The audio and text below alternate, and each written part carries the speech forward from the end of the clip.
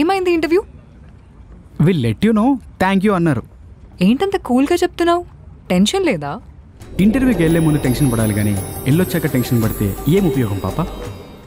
అబ్బో, గురుగారికి వేదాంతంలో కూడా ప్రావీణ్యం ఉందన్నమాట. పర్లేదు, ఒకవేళ జాబ్ రాకపోతే మఠం పెట్టుకునైనా లాగించేయచ్చు. నువ్వు మరీ నన్నంతా తీసి పడేకు పాప.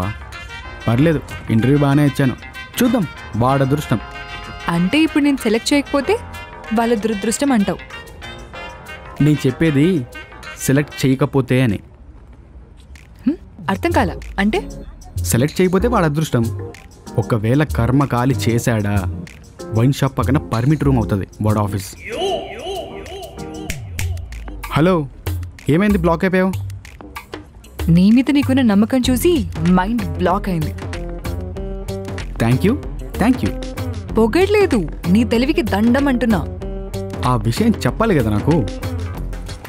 అంటే నీకు అది కూడా అర్థం అవ్వలేదా? అన్ని తెలివితేటలే ఉండుంటే స్కూల్లో లెసన్స్ ఎప్పుడో అర్థమయ్యేవి.